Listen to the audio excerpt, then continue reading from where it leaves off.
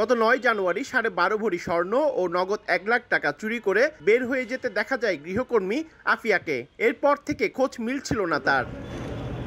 ১.৫ মাস আগে ব্যবসায়ী মাহবুবুর রহমানের নাসিরাবাদের আপন নিবাসের বাসায় কাজ নেন আফিয়া। গত ৯ জানুয়ারি তাকে বাসায় একা রেখে বেড়াতে যান পরিবারের সদস্যরা। সেই সুযোগে ড্রয়ারের তালা ভেঙে কানের দুল, গলার হার সহ ১২.৫ ভরি স্বর্ণ ও নগদ ১ লাখ টাকা চুরি করে পালিয়ে যায় সে। দৌড়ে গিয়ে আমি আমার ড্রয়ার খুলতে গেছি, আমার টাকা রাখছিলাম ওখানে। ড্রয়ার খুলতে দেখেছি আমার ড্রয়ার টাকাটাও নেই। ওখানে প্রায় ১ লাখ টাকা মতো ছিল আমার।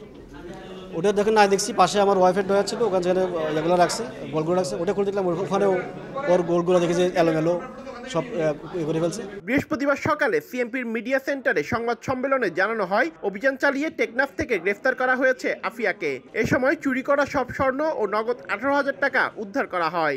এই গ্রেপ্তারকৃত আসামিকে আমরা পরবর্তী যে আইনগত কার্যক্রম রয়েছে, বিশেষ করে আদালতে সুপর্দ করা সহ অন্যান্য যে আনুষঙ্গিক কার্যক্রম করা রয়েছে, সেগুলো আমরা চলমান রেখেছি। চুরির ঘটনায় নগরীর খুলশী থানায় মামলা করা হয়েছে।